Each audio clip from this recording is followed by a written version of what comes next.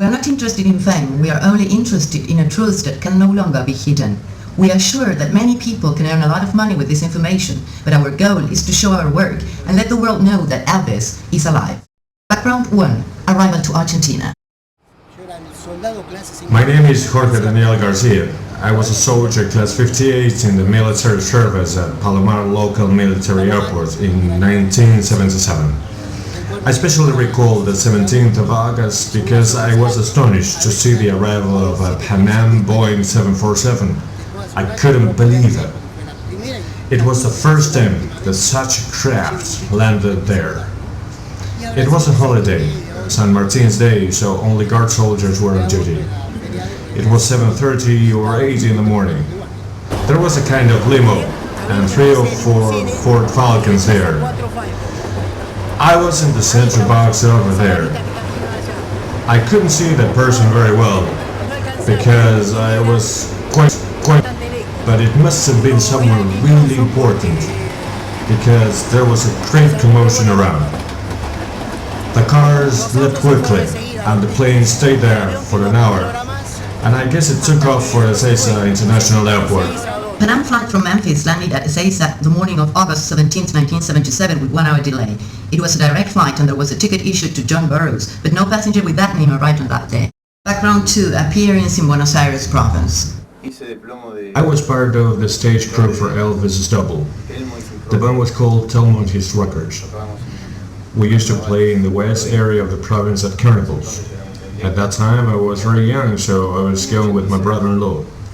This man was usually introduced as the Argentinian Elvis. It was 1986. He was a fat guy with a sort of funny way.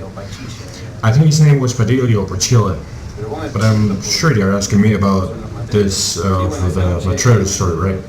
That night he had to sing in the Matreros Club 3 popular singers, Terces, Sergio Dennis and La Torre. Everything was going fine. We finished our show and we were taking our stuff down from the stage. Suddenly we saw some paramilitary guys approaching him. They talked for a while and then Telmo followed them aside. He had his weird face. We were shit scared. We went out and saw that they were getting on a black car with dark glasses. That was all. After 3 days he appeared, but his looks were totally different. Nobody saw him again. He said he was not able to rehearse anymore because of a dread. Of course he was making it up. 2 or 3 years later, I ran into his guitarist.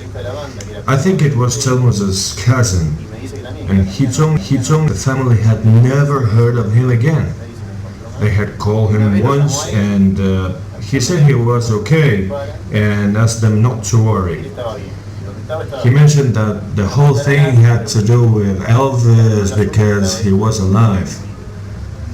Obviously, his cousins thought he was out of his mind, but Telmo went on and finally told him that the night in the Matreros Club, the person inside the black car that was looking for him was Elvis himself. I don't buy it. Everything happened exactly as I'm telling you. Guillermo Pachilla disappeared on February 23rd. So far nobody has claimed his whereabouts or requested a habeas corpus. Background 3. The letter. In July 2001, I received a call at home from my cousin Chuck. He is Argentine. He moved to the United States when he was a kid. He works for the police in Tupelo County. That's the city where Elvis was from. He told me that he worked with a captain who was the only cousin Elvis had. His name was Harold Ray, and he had been killed in a procedure with some suspect some time ago. After his death, the man received a letter from Argentina, and my cousin opened it. The letter was signed by a cousin of his called Aaron Levis. It was a shock for both of us because we are rock and roll fans. And of course, we soon realized that Aaron is his middle name and Levis is the anagram for Elvis. So when he received the letter, he sent me a fax.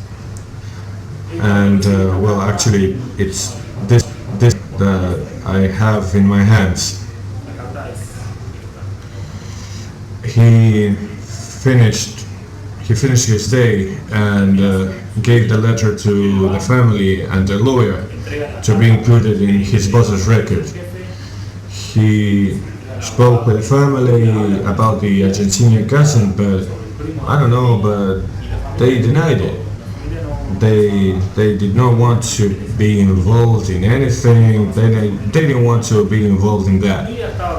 They said they had no cousins in Argentina, something like that. One day I was with some schoolmates telling funny anecdotes about life, so I told them this one, that okay, I have a cousin who is a cop, he used to work with Elvis Presley's cousin. I also told them about the letter, and finally about Harold's death. One of my mates has always been very special. He remembered that he had some clients in a bookstore some years ago that used to buy books in English. One of them was such a Mr. Levis or something, and for him he was Aaron Levis. I managed to get to the bookstore, or at least to get the bookstore address, but my mate couldn't join me because he had some kind of money problems there, something like that. Background 4. The location. The man is talking with the two clerks in the bookstore. He is asking about a client called Aaron Levis. He tells them that he needs to send this guy an invitation. The girls don't want to give him details. They only tell him that this person has not been to the shop lately, and they think he must be or even dead. They say that he used to live somewhere in Parque del Loire neighborhood.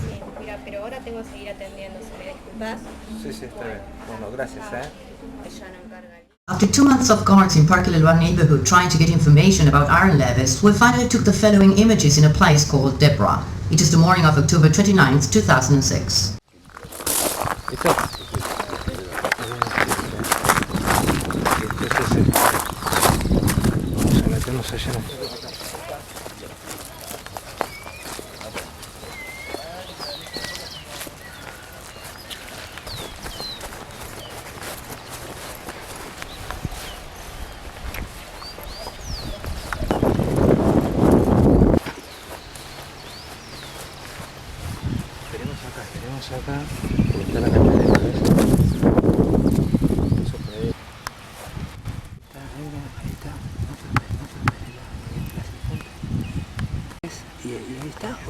No te puedo creer. Our reporters cannot believe what they see.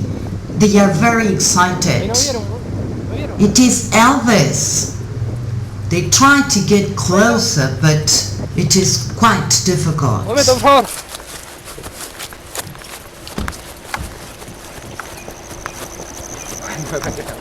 Momento. No. El oso, boludo. It looks like they left something behind. It's a teddy bear. The teddy bear called Mabel was not destroyed by the Barney Doberman dog in Wookey Hall Caves on August 3, 2006. It was sent to Argentina. We believe that Elvis wanted to have his favorite bear with him as he sensed his life was coming to an end. We tried to give it back, but a very persuasive bodyguard did not allow us to get to the house. So far, we haven't had the chance to contact Elvis again, and we honestly think they will do their best to happen.